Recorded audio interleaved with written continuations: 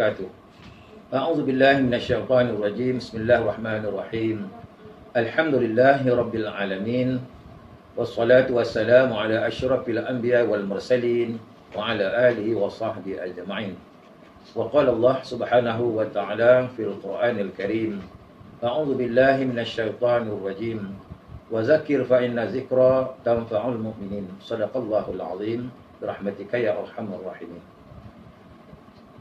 Tuan-tuan dan puan-puan, muslimin dan muslimat, anak-anak, saudara mara, rakan-rakan, sahabat dan seluruh rakyat Malaysia yang dikasihi dan yang dirahmati Allah. Alhamdulillah, pada pagi ini kita masih lagi diberikan rahmat oleh Allah Subhanahu Wa Taala dan juga diberikan keberkatan, kekuatan, dan malam tadi kita dapat tidur dan rehat. Ini satu nikmat Allah berikan kepada kita. Dan pagi ini kita dibangunkan semula. Dan Nabi mengajar kita, bila bangun bertidur waktu pagi, maka disunatkan lidah kita membaca Alhamdulillahillazi ahyana ba'dama amatana wa ilahin nusyur. Ini sunat sebagai tanda syukur kita kepada Allah Ta'ala, yang mana Allah telah menghidupkan kita. Yang sebelum tadi kita tidur seperti diibaratkan kita mati kecil. Dan pagi ini dibangunkan semula dengan kehendak irada Allah. Kena ingat, ada mereka yang tidur semalam dan itulah tidur terakhir bagi mereka. Mungkin mereka berada di hospital, di rumah yang sakit semalam, maka Allah telah pun mentakdirkan, iaitu setakat itu sahaja kehidupannya. Tapi kita yang Allah hidupkan semula pada hari ini, meneruskan kehidupan kita. Dan mudah-mudahan kita di dalam perintah, iaitu dikawal pergerakan kita, ataupun dalam istilah lain, kuarantin. Kita stay at home, berada di rumah. Dan hari ini merupakan hari yang ke-12. Dan 11 hari telah pun berlalu. Mungkin hari pertama, hari kedua tidak sama. Sebab boleh dikatakan semua orang tidak ada pengalaman. Termasuk saya yang sudah berumur 65 tahun. Inilah pengalaman pertama yang kita dikuarantinkan di rumah kita sendiri. Benda ini sebenarnya tidak ada banyak masalah. Sebab kita disuruh duduk di rumah sendiri. Sebab kita di rumah. Ini adalah satu kaedah, iaitu untuk kita mengelakkan supaya penyakit berjangkit yang dipanggil itu COVID-19 ataupun coronavirus yang telah menyerang dunia dan termasuklah negara kita. Saya ingin bercakap dalam tazkirah ringkas ini, iaitu di dalam kitab Ihya Ulumuddin susunan Imam Ghazali rahimahumullah. Di antaranya, dia tidak memisahkan kalimah syukur dan sabar. Kita faham bahawa syukur ini benda yang kita suka. Kita bersyukur kita diberikan kesihatan, bersyukur kita mendapat pekerjaan, bersyukur kerana kita mendapat cucu baru ataupun anak baru. Kita bersyukur benda yang kita suka. Tetapi sabar ini dikaitkan benda yang kita tidak suka. Kita tidak suka seperti mungkin kehilangan harta benda, ataupun kematian, kesakitan yang sekarang ini kita menghadapi satu wabak yang kita tak suka. Maka kita hendaklah bersabar dengan apa yang kita tidak suka. Jadi maknanya bila Imam Ghazali rahimakumullah tidak memisahkan kalimah syukur dan sabar ini, sedangkan dua-dua kalimah ini sifatnya tidak boleh duduk serumah. Tetapi ibarat begitulah. Bermakna apabila kita ini mendapat sesuatu benda yang kita suka, hendaklah juga kita bersabar. Di samping kita bersyukur. Ada orang yang mendapat benda yang dia suka, tetapi dia tidak bersabar. Contohnya, dia suka mendapat sesuatu benda yang menggembirakan dia seperti rumah baru, kereta baru. Itu benda kita suka. Tapi ada orang tidak sabar, kerana tidak sabar menahan sifat riak, menunjuk-nunjuk. Begitulah juga benda yang bila kita suka, diperingatkan. Satu masa, Allah ambil balik benda yang kita suka tadi. Dan begitulah juga benda yang Allah beri pada hari ini, dengan iaitu negara kita diserang wabak. Kita tidak suka, tetapi hendaklah kita bersabar. Di samping, anggaplah ini juga satu nikmat yang Allah bagikan kepada kita. Apabila kita duduk di rumah, maka banyaklah benda-benda yang dapat kita lakukan. Kalau sekiranya kita melihat bahawa secara positifnya, sebab selalunya kita ini duduk di luar, kita macam-macam boleh buat. Banyak kerja kita boleh buat. Tetapi hari ini, kerja luar itu kita tangguhkan dulu.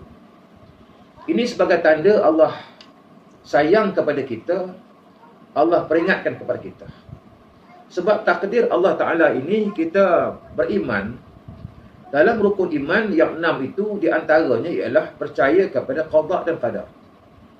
Qada Tuhan, ketetapan Allah, dan qadarnya, iaitu mengikut kepada apa yang Allah nak tentukan.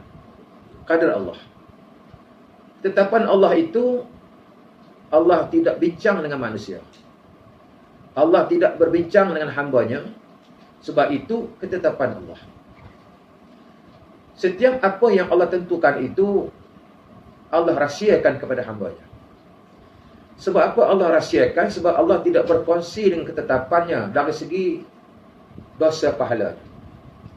Sebab apa? Bila Allah takdirkan kepada kita, Allah tak kongsikan dengan kita, tetapi Allah berkongsi dengan usaha kita, ikhtiar kita menuju kepada takdir Allah. Contohnya, apabila seseorang keluar rumah mencari rezeki, dia tak tahu dia dapat ke tidak rezeki tadi, banyak mana Allah nak bagi rezeki kepada dia. Contohnya, penarik teksi lah. Bawa teksi pada pagi, sampailah ke tengah hari, dia tidak tahu berapa banyak dia dapat. Penumpangnya, duitnya, mungkin kena samannya, kemalangan aksidennya, kereta dia orang langgar untuk dia. Maka itu benda yang rahsia. Kalau dia tahu, tentulah dia tidak akan berusaha. Jadi apabila Allah rahsiakan ketetapan itu, supaya manusia itu berusaha. Orang yang sakit, dia tak tahu dia sakit.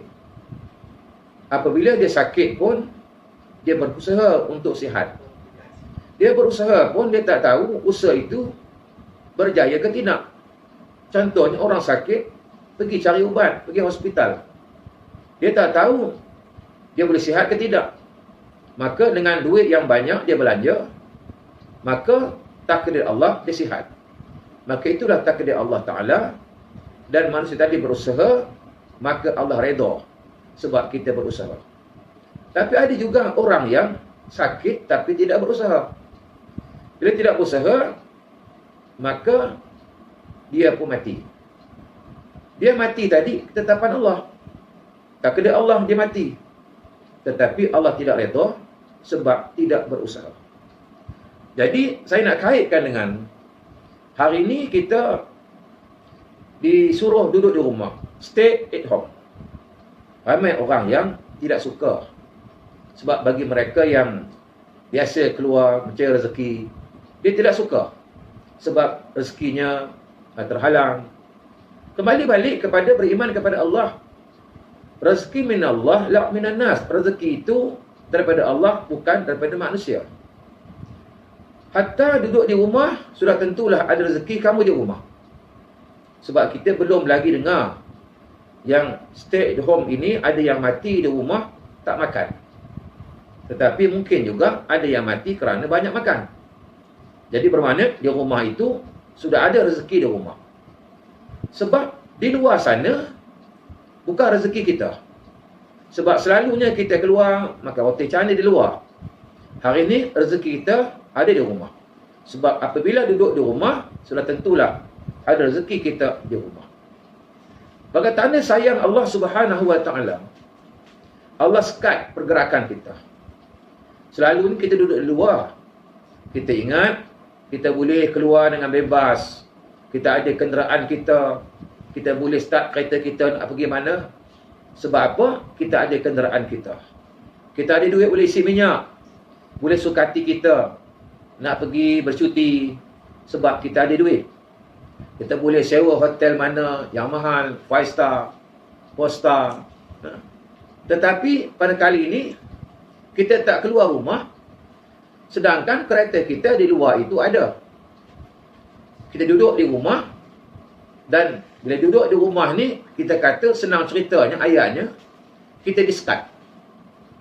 Sebenarnya bila kita discard pergerakan kita itu, sebagai tanda sayang Allah Subhanahu Wa Taala. Sebab kita duduk di rumah ini, di sana banyak hikmah dia. Sebab kita sudah 12 hari, sudah tentulah kita dapat solat berjamaah. Mungkin ayah menjadi imam, anak-anak jadi makmum, ataupun anak-anak yang berkumpul, ada yang daripada hafiz Quran, belajar di tahfiz. Ada kawan saya semalam, dia WhatsApp, dia kata di rumah ni imam muda. Rupa anak dia pernah belajar di tahfiz saya, dan dia sekarang ini dalam kuarantin, maka setiap waktu anak dia lah yang menjadi imam. Ayah tadi dan mak dia ada adik menjadi makmum. Ini semua sebenarnya atas kasih sayang Allah SWT. Sudah tentulah ada ketetapan Allah di rumah tadi, di segi ibadatnya, makan minumnya, di kesihatannya. Sebab di luar sana, sebab kita dalam keadaan bahaya. Sebab Allah sayang tadi, maka kamu jangan keluar. Duduk di rumah. Sebab di luar sana sangat bahaya, sebab kita tak nampak virus corona ini. Maka ada undang-undang dalam akta sebuah negara itu bila mengawal penyakit berjangkit. Kita kaitkan dengan iman bahawa Allah Ta'ala sayang kepada kita. Duduk di rumah ni, sana lagi banyak rahmat Allah Ta'ala. Bila kita tak keluar, mungkin mata kita yang dulu melihat benda-benda yang boleh mendatangkan dosa, dah mata kita tidak melihat di luar sana. Di luar sana ada orang-orang atau wanita yang membuka auratnya, yang kita lihat auratnya berdosa. Maka duduk di rumah, maka mata kita bercuti daripada dosa-dosa ini. Kemudian mungkin dulu ada azan di masjid surau, kita tak pergi. Bila tak pergi, bila azan, apa hukum sembahyang di rumah? Dalam hadis menyatakan bahawa di antara tadi semayang itu tidak sempurna. Tetapi dengan sebab hari ini kita ini masjid tutup, telah difatwakan oleh para ahli ulama dengan penyakit berjangkit ini, maka disekat solat berjamaah. Tetapi azan di masjid 5 waktu tetap azan. Berbeza, azan kali ini kita tak pergi masjid, kita tidak berdosa. Kalau dulu azan masjid tak pergi, kita berdosa. Yang ini azan di masjid, kita tak pergi. Semayang di rumah itu sempurna waktu ini. Supaya kita dapat bahawa Allah nak bagi pahala kepada kita. Tak pergi masjid itu ada pahala. Sebelum ini tak pergi masjid, dihukumkan kita berdosa. Sebab kita boleh pergi masjid, tapi kita tak pergi. Subuh azan, kita tak pergi. Zuhur azan, kita tak pergi. 5 waktu tak pergi. 1 hari 5 kali. Kita telah pun ingkar kepada perintah Allah. Telinga mendengar azan, kita tak pergi. Kita ada kaki, kita sihat. Kita ada motosikal, ada kereta, kemudahan. Dan kita pergi masjid itu, dah ada imam dia, ada bilal dia.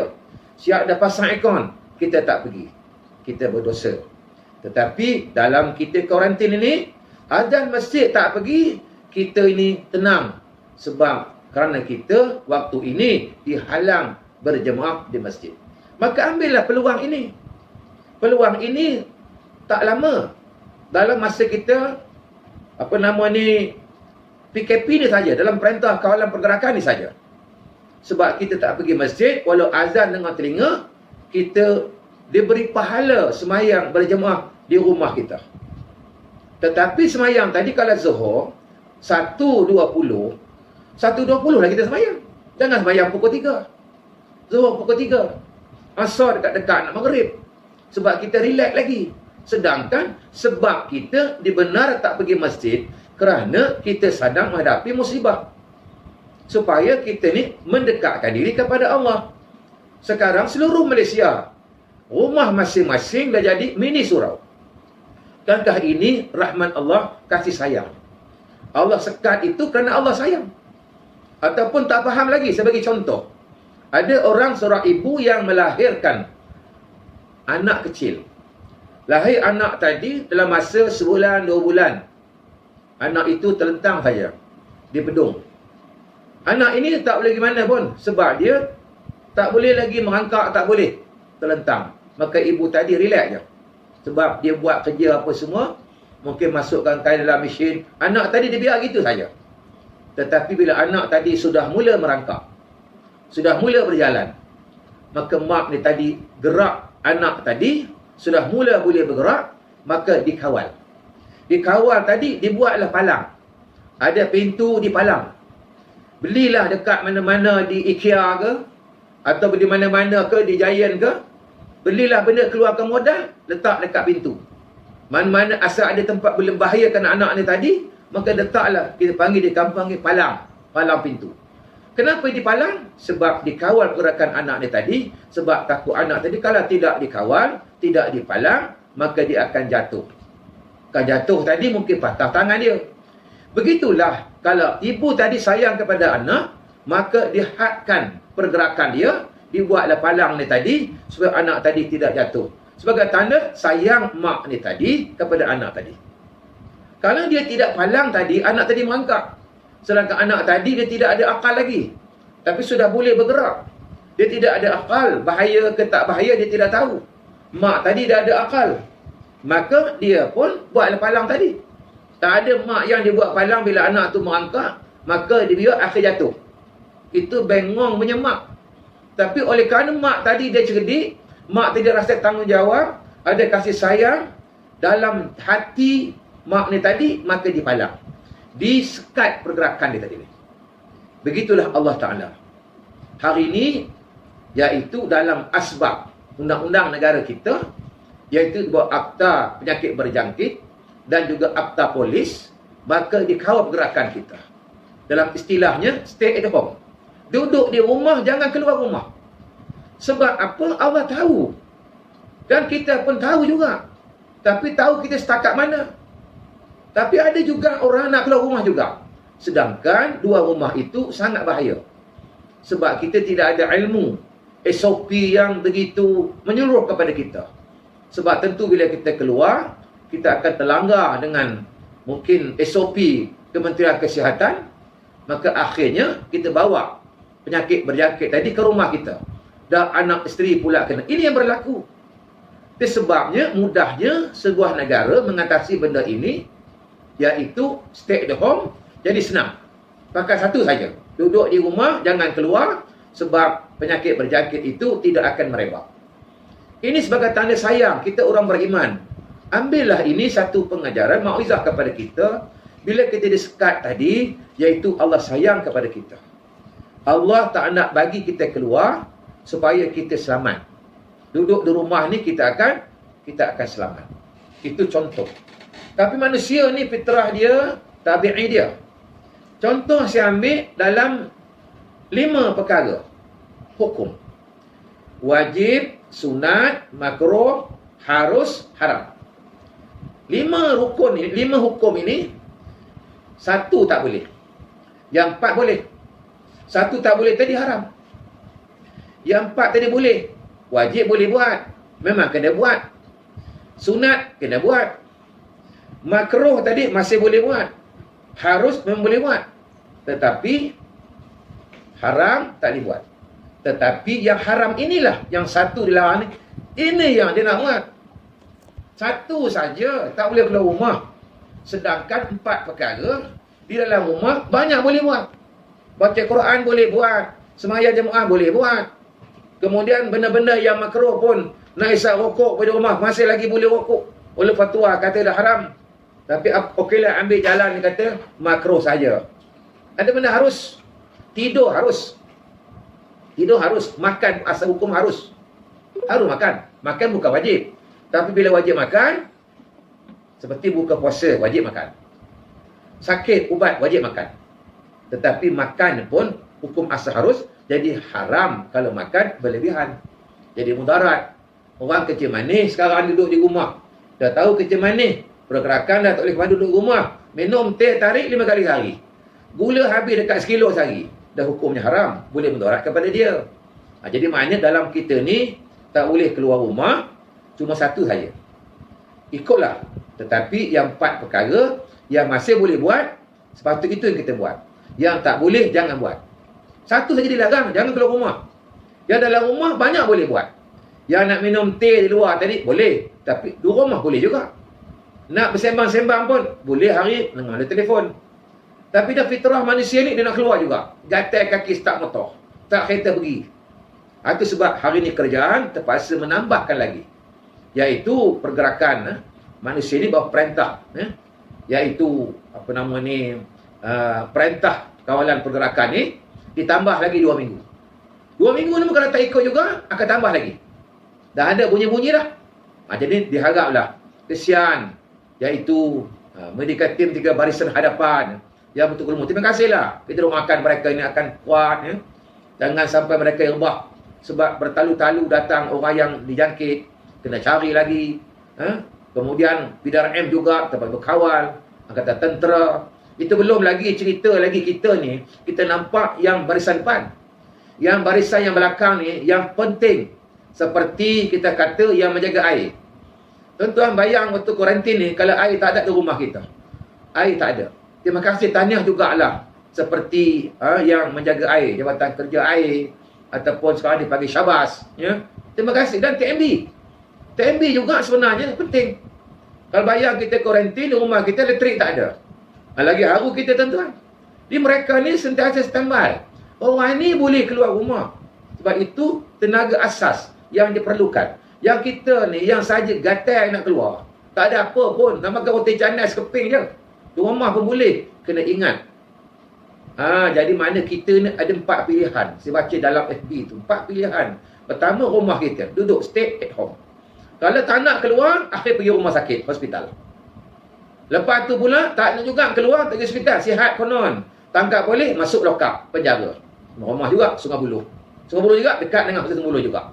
Dan satu lagi, rumah tak nak, dengan penjara pun tidak, rumah sakit pun tidak, Sungai Buloh pun tidak, pergi rumah tanah. Mati. Jadi mana kena ingat. Sebab sekarang ni, ada 4 pilihan, pilihlah stay at home. Ini sebenarnya, duduk di rumah tadi, walaupun kita tak baca Quran, tidak berzikir, duduk di rumah tu saja dah pahala dah.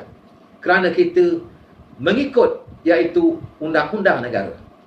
Kita ni ati Allah, wa ati Rasul, wa uli amri minkum. Taat kepada Allah dan Rasul, dan juga pemerintah. Kerana pemerintah yang ada sekarang ini, jangan kita petikaikan. Yang dah tak dapat, sudah. Yang ada ni, jalankan dia punya amanah dia.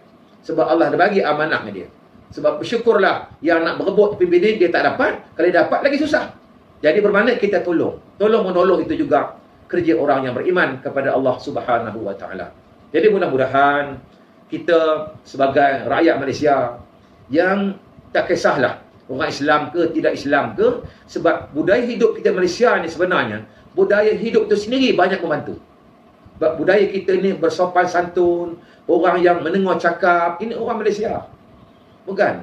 Kalau yang jenis yang tak mendengar cakap, ini bukan orang Malaysia. Mungkin orang Afrika. Bukan. Mungkin dia bukan rakyat Malaysia. Mungkin dia orang di sebelah ujung Afrika sana. Jadi maknanya kita orang Malaysia ni, budaya kita, maknanya bukan begitu. Yakinlah kepada Allah Ta'ala. Apa yang kita sekarang, keberadaan kita di rumah ini, sebenarnya Allah nak pisah dengan luar sana, sebab Allah nak bagi kita akhirat. Sebab di dunia itu kita rehat dulu, berhenti dulu, dan fikir-fikirkanlah bahawa akhir kita besok akan kembali kepada Allah. Kita telah masuk universiti Allah Ta'ala, hospital Allah Ta'ala. Sebab kita dalam keluarga ini, insya-Allah Allah akan kuatkan lagi ukhuwah kita sesama keluarga kita selama kita dalam kuarantin di rumah ini. Dipisahkan dengan jiran kita, keluarga kita, masing-masing ada tanggungjawab. Mudah-mudahan kita semua dirahmati Allah Subhanahu Wa Ta'ala. Wallahu a'lam. Sekian. Assalamualaikum warahmatullahi wabarakatuh.